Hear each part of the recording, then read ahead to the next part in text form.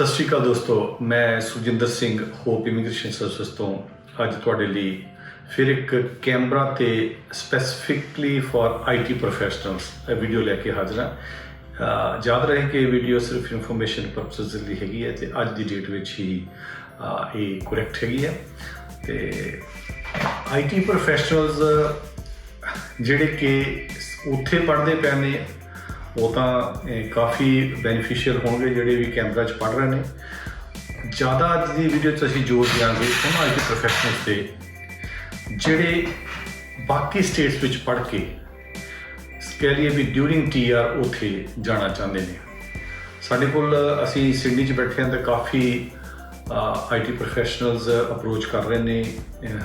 बहुत ज़्यादा स्टूडेंट्स अजकल यही देखते पे ने आफ्टर कंप्लीटिंग द डिग्रीज भी असी रीजनल एरिया कित्थे मूव करिए तो किहड़ी ऑप्शनस ने तो उन्होंने किहड़ी उन्होंने बेस्ट ऑप्शन होएगी उन्होंने वास्ते स्पैसीफिक टू देयर केस। तो कुछ दिनों तो असी ये सोच रहे सी भी IT प्रोफैशनल जिहड़े ने उन्होंने कैमरा दे विच देखण विच आया भी जिहड़ा कैमरा दा इनविटेशन है, लास्ट इनविटेशन जिहड़ा कैमरा दा वो 2 जून नूं सीगा। इहदे विच उन्होंने 65 70 75 65 पॉइंट वाले 65 पॉइंट सीगे कैमरा के मैट्रिक्स से। I am not talking about भी डिपार्टमेंट ऑफ इमीग्रेशन के जोड़े पॉइंट्स उन्होंने गल नहीं मैं कर रहा। जी कैमरा मैट्रिक्स के पॉइंट 65 सी 491 इनविटेशन उन्होंने कैमरा वाले ने इनवाइट किया है। 75 पॉइंट्स वाले उन्होंने 190 का इनविटेशन दिता है। सो द पॉइंट सिस्टम जो कैमरा मैट्रिक्स का है IT प्रोफैशनल वाले वास्ते वो कोई इन्ना डिफिकल्ट नहीं है मीट करना। इन मीन हुणे मैं तुहानूं थोड़ा जिहा जिहड़े मिनीमम पॉइंट्स गिण के भी जे देखिए तो साढ़े 70 75 पॉइंट आम स्टूडेंट्स के हो जाते हैं जिहड़े कि फॉर एग्जाम्पल सिडनी या मैलबर्न च पढ़े हुए हैं या किसी होर फॉर दैट मैटर स्टेट में पढ़े हुए हैं। तो जिहड़ा इस तो पहला इनविटेशन सीगा, if I look at that give me 1 second, वो सीगा 26 मई नूं इनविटेशन कैमरा का सी। उहदे विच तां they went up to 50 points 55 points वाले IT प्रोफैशनल्स नूं इनविटेशन आया। ऑल्दो जिहड़ा 190 का 70 75 85 पॉइंट तक गया है, बट 491 का 55 पॉइंट्स से गया। जे उस तो पहला एक चेक कर लीए, we won't go on all of them. जिहड़ा उस तो पहला इनविटेशन सी that was on 21 of May and the points they invited was 50 65 points। most of the occupation ਜਿਹੜੀਆਂ ਨੇ ਉਹਨਾਂ ਵਿੱਚ ਉਹਨਾਂ ਨੇ 50 points ਵਾਲਿਆਂ ਨੂੰ ਇਨਵਾਈਟ ਕੀਤਾ 491 ਲਈ ਤੇ 190 ਲਈ 70 points ਵਾਲਿਆਂ ਨੂੰ ਇਨਵਾਈਟ ਕੀਤਾ। ਸੋ ਮੋਟੇ ਤੌਰ ਤੇ ਇਹ ਸਾਰਾ ਕੁਝ ਰੀਡ ਕਰਕੇ ਜਾਂ ਸਾਰਾ ਕੁਝ ਇਨਫੋਰਮ ਕਰਕੇ ਮੈਂ ਤੁਹਾਨੂੰ ਇਹ ਦੱਸਣ ਦੀ ਕੋਸ਼ਿਸ਼ ਕਰ ਰਿਹਾ ਕਿ ਜਿਹੜਾ ਕੈਮਰਾ ਦਾ IT ਪ੍ਰੋਫੈਸ਼ਨਲਸ ਵਾਸਤੇ ਇਨਵੀਟੇਸ਼ਨ ਦਾ पॉइंट्स है कैमरा मैट्रिक्स के आधार पर वो कोई 60 65 70 75 इत्थे खड़े ने। 50 तो लैके 65 पॉइंट तक हुण तक जिहड़े 4 इनविटेशन असीं लास्ट देखे ने उहदे विच 50 तो 65 पॉइंट तक उन्होंने इनवाइट कर लिया 491 नूं। Of course number of positions is a matter of concern, but जे असीं सिर्फ पॉइंटां दी ही गल करिए तो जिहदे ज़्यादा पॉइंट होणगे of course they will get the invitation. जिहड़ी उन्हां दी रैंकिंग सिस्टम इदां दा हैगा।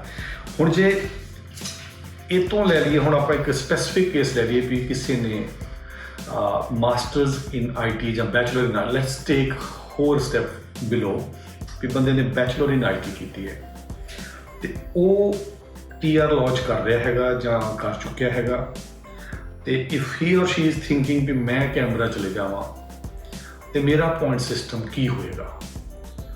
ਜੇ ਅਸੀਂ ਮਿਨੀਮਮ ਐਲੀਜੀਬਿਲਿਟੀ ਕ੍ਰਾਈਟੇਰੀਆ ਨੂੰ ਨਾ ਇੱਥੇ ਡਿਸਕਸ ਕਰੀਏ ਜਿਹੜਾ ਕਿ 491 ਲਈ 3 ਮੰਥ ਹੈ, 190 ਲਈ 6 ਮੰਥ ਉੱਥੇ ਰਹਿਣਾ ਹੈਗਾ ਤੇ there are other criterias as well. ਜੇ ਅਸੀਂ ਉਸ ਨੂੰ ਨਾ ਧਿਆਨ 'ਚ ਰੱਖੀਏ ਕਿਉਂਕਿ ਮਿਨੀਮਮ ਕ੍ਰਾਈਟੇਰੀਆ ਮੀਟ ਕਰਨਾ ਤੁਹਾਨੂੰ ਇਨਵੀਟੇਸ਼ਨ ਨਹੀਂ ਆਉਣਾ।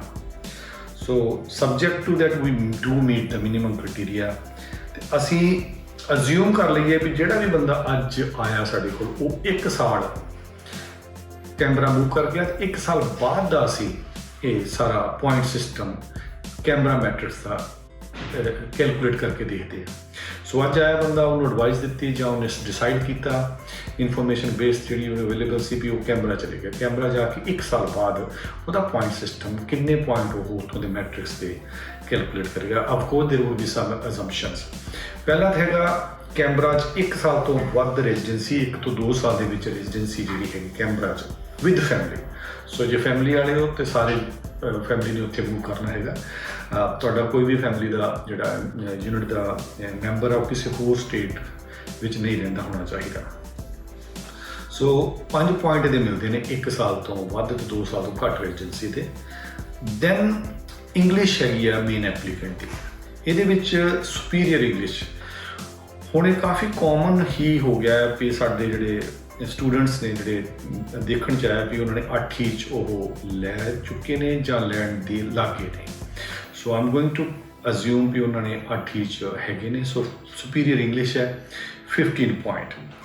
ਫਿਰ ਗੱਲ ਆ ਜਾਂਦੀ ਸਪਾਊਸ ਦੀ। ਜੇ ਸਪਾਊਸ ਹੈ ਸੋ ਉਹਦੇ ਵਿੱਚ ਵੀ ਜੇ ਤਾਂ ਸਪਾਊਸ ਪ੍ਰੋਫੀਸ਼ੀਐਂਟ ਇੰਗਲਿਸ਼ ਲੈ ਲੈਂਦਾ 7 'ਚ ਤਾਂ 5 ਪੁਆਇੰਟ ਨੇ, ਜੇ ਕੰਪੀਟੈਂਟ ਲੈਂਦਾ ਤਾਂ 0 ਪੁਆਇੰਟ ਹੈ। ਇਹਦੇ ਵਿੱਚ ਇੱਕ ਗੱਲ ਨੋਟ ਕਰਨ ਵਾਲੀ ਹੈ ਵੀ ਜੇ ਸਪਾਊਸ ਤੇ ਵਰਕ ਐਕਸਪੀਰੀਅੰਸ ਦੇ ਪੁਆਇੰਟ ਗਿਣਨੇ ਨੇ ਤਾਂ ਕੰਪੀਟੈਂਟ ਇੰਗਲਿਸ਼ ਸਪਾਊਸ ਦੀ ਹੋਣੀ ਜ਼ਰੂਰੀ ਹੈ। ਸੋ ਇਸ ਵਾਸਤੇ ਆਪਾਂ ਸਿਰਫ ਸਪਾਊਸ ਦੀ 0 ਗਿਣ ਲੈਂਦੇ ਹਾਂ ਵੀ ਉਹਦੀ 6 'ਚ ਹੈਗੀ ਹੈ, ਕੰਪੀਟੈਂਟ ਇੰਗਲਿਸ਼ ਹੈਗੀ ਹੈ, 7 'ਚ ਨਹੀਂ ਹੈਗੀ, ਆਪਾਂ ਮਿਨੀਮਮ ਗਿਣ ਕੇ ਚੱਲਦੇ ਇੱਥੇ। ਅਗਲਾ ਹੈਗਾ ਨੋਮੀਨੇਟਡ ਆਕੂਪੇਸ਼ਨ, ਉਹਨਾਂ ਦੀ ਕ੍ਰਿਟੀਕਲ ਲਿਸਟ ਤੇ ਜਿਹੜੀਆਂ IT ਆਕੂਪੇਸ਼ਨ ਦੀ ਅਸੀਂ ਮੋਸਟਲੀ ਗੱਲ ਕਰਦੇ ਹਾਂ।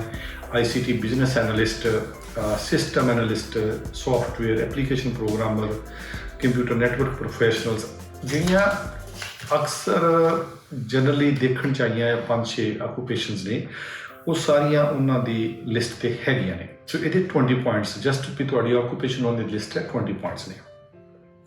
ਹੁਣ ਤੱਕ ਆਪਾਂ ਇੱਕ ਰੈਜ਼ੀਡੈਂਸ ਦੇ ਪੁਆਇੰਟ ਕੈਲਕੂਲੇਟ ਕੀਤੇ, ਇੱਕ ਸੁਪੀਰੀਅਰ ਇੰਗਲਿਸ਼ ਕੀਤੀ ਅਸੀਂ ਐਪਲੀਕੈਂਟ ਦੀ, 6 'ਚ ਅਸੀਂ ਸਪਾਊਸ ਦੇ, ਤੇ ਨੋਮੀਨੇਟਡ ਆਕੂਪੇਸ਼ਨ ਉਹਨਾਂ ਦੀ IT ਦੀ ਉੱਥੇ ਲਿਸਟ 'ਚ ਹੈ। ਅਗਲਾ ਹੈਗਾ ਵੀ ਜਦੋਂ ਬੰਦਾ ਇੱਥੋਂ ਗਿਆ ਤੇ 1 ਸਾਲ ਉੱਥੇ ਰਿਹਾ, 1 ਸਾਲ ਉਹਨੇ ਕੋਈ ਵੀ ਜੌਬ ਕੀਤੀ, ਠੀਕ ਹੈ, ਉਹ ਜੌਬ ਦੇ ਵਿੱਚ ਉਹਨਾਂ ਨੇ ਕਿਹਾ ਵੀ ਉਹਨਾਂ ਨੇ ਸਪੈਸੀਫਾਈ ਨਹੀਂ ਕੀਤਾ ਹੈਗਾ ਵੀ ਤੁਸੀਂ ਆਪਣੀ ਫੀਲਡ 'ਚ ਕੰਮ ਕਰਨਾ, ਕੋਈ ਵੀ ਜੌਬ ਕੀਤੀ 12 ਮਹੀਨੇ, ਉਹਦੇ 10 ਪੁਆਇੰਟ ਨੇ। ਉਸ ਤੋਂ ਅਗਲਾ ਪੁਆਇੰਟ ਹੈਗਾ ਇਹਦੇ ਵਿੱਚ ਵੀ ਜੇ ਤਾਂ ਜੌਬ ਉਹਨੇ ਆਪਣੀ ਫੀਲਡ 'ਚ ਕੀਤੀ, ਆਪਣੀ ਨੋਮੀਨੇਟਡ ਆਕੂਪੇਸ਼ਨ 'ਚ ਘੱਟੋ ਘੱਟ ਜੇ 3 ਮਹੀਨੇ ਵੀ ਉਹ ਕੰਮ ਕਰਦਾ ਤਾਂ ਉਹਨੂੰ ਐਕਸਟਰਾ 20 ਪੁਆਇੰਟ ਮਿਲਦੇ ਨੇ in addition to this 12 point, 10 point ਜਿਹੜੇ 12 ਮੰਥ ਵਰਕਿੰਗ ਦੇ ਹੈਗੇ ਨੇ।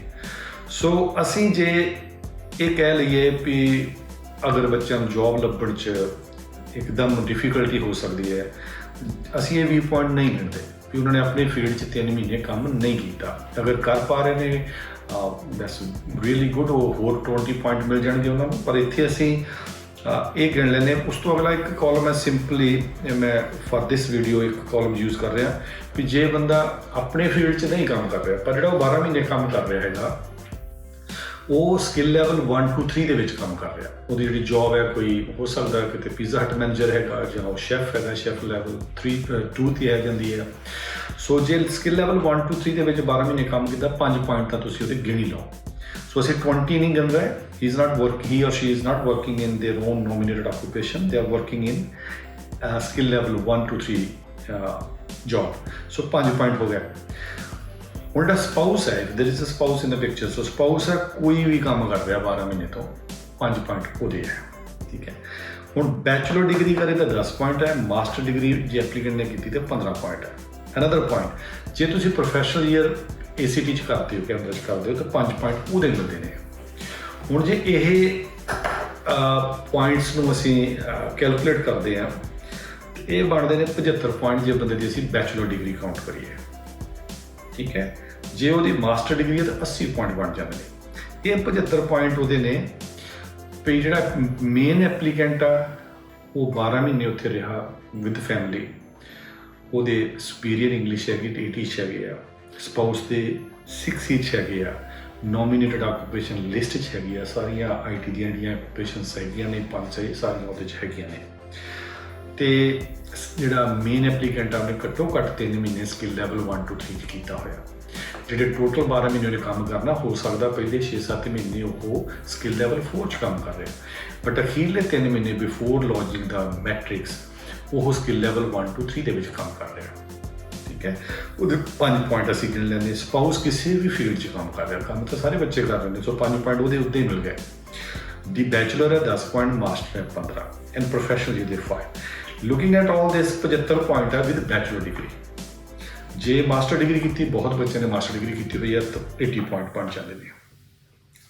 ਜੇ ਤੁਹਾਡਾ ਸਪਾਊਸ ਪੁਆਇੰਟ ਇਨਕਰੀਜ਼ ਕਰਨ ਦੀ ਕੋਸ਼ਿਸ਼ ਕਰ ਰਿਹਾ, ਜੇ ਤੁਹਾਡਾ ਸਪਾਊਸ ਕਹਿੰਦਾ ਮੈਂ 7 ਈਚ ਲੈ ਲੈਣਾ, ਦੇਰ ਆਰ ਕਾਫੀ ਹੁਣ ਸਟੂਡੈਂਟਸ ਹੈ ਕਿ ਨਹੀਂ ਸਪਾਊਸ 7 ਈਚ ਲੈਣ ਦੇ ਕਾਬਲੀਅਤ ਰੱਖਦੇ ਨੇ, ਤਾਂ 85 ਪੁਆਇੰਟਸ 'ਤੇ ਚਲੇ ਜਾਂਦੇ ਆ।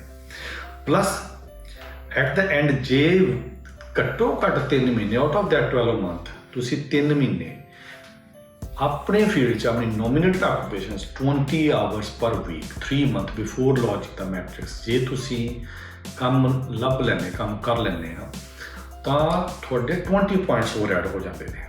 So you hit around 90-95। ਸੋ ਕਹਿ ਲਈਏ ਵੀ 70-75 ਪੁਆਇੰਟ ਤਾਂ ਮਿਨੀਮਮ ਬਣਦੇ ਪਏ ਨੇ। ਜੇ ਅਸੀਂ 75 ਚੋਂ ਅਸੀਂ ਕਹਿੰਦੇ ਨੇ 8 'ਚ ਨਹੀਂ ਆਉਂਦੇ ਪਏ, 7 'ਚ ਤਾਂ ਵੀ ਤੁਹਾਡੇ 70 ਪੁਆਇੰਟ ਬਣਨੇ ਨੇ। ਸੋ what I'm trying to say in this video ਕਿ ਜਿਹੜੇ ਵੀ IT ਪ੍ਰੋਫੈਸ਼ਨਲਸ, ਦੋਸਤ ਜਿਨ੍ਹਾਂ ਨੇ ਕੈਂਬਰਾ 'ਚ ਨਹੀਂ ਕੀਤੀ ਮਾਸਟਰ IT ਜਾਂ ਬੈਚਲਰ IT ਦੀ and they are going to launch their TR ਜਾਂ ਉਹਨਾਂ ਨੇ ਲਾਂਚ ਕਰ ਦਿੱਤੀ ਹੈ, ਉਹ ਜੇ ਕੈਂਬਰਾ 'ਚ ਮੂਵ ਕਰਦੇ ਨੇ ਤਾਂ ਆਹ ਉਹਨਾਂ ਦਾ ਪੁਆਇੰਟ ਸਿਸਟਮ ਹੈ। ਇਹ ਕਾਫੀ ਅੱਛਾ ਹੋਪ ਵਾਲਾ ਲੱਗਦਾ ਹੈ ਵੀ ਜੇ ਪੈਂਟਾਂ ਦੇ ਉਹਨਾਂ ਨੂੰ ਲੇਟੈਸਟ ਇਨਵੀਟੇਸ਼ਨ ਉਹਨਾਂ ਦਿੱਤੇ ਨੇ 491 ਦੇ, ਤੇ ਜੇ ਤੁਹਾਡੇ 70-75 ਪੁਆਇੰਟ ਨੇ of course you will get it. 75 point ਵਾਲਿਆਂ ਨੂੰ ਤਾਂ ਉਹਨਾਂ ਨੇ 190 ਦਾ ਇਨਵੀਟੇਸ਼ਨ ਦਿੱਤਾ ਹੈ। ਸੋ ਜੇ ਇੱਦਾਂ ਦੀ ਤੁਹਾਡੀ ਕੋਈ ਪਲੈਨਿੰਗ ਹੈ ਤਾਂ ਹੋਪ ਇਮੀਗ੍ਰੇਸ਼ਨ ਸਰਵਿਸਿਜ਼ ਨੂੰ ਸਾਡੇ ਥੱਲੇ ਦਿੱਤੇ ਨੰਬਰ 'ਤੇ ਕਾਲ ਕਰਕੇ ਅਪਾਇੰਟਮੈਂਟ ਬਣਾਓ, ਤੇ ਅਸੀਂ ਇਹਦੇ ਬਾਰੇ ਹੋਰ ਡੀਟੇਲ ਵਿੱਚ ਡਿਸਕਸ਼ਨ ਕਰ ਸਕਦੇ ਹਾਂ। ਬਟ ਇਹ it's a good idea. Thank you very much. Sat Shri Akal.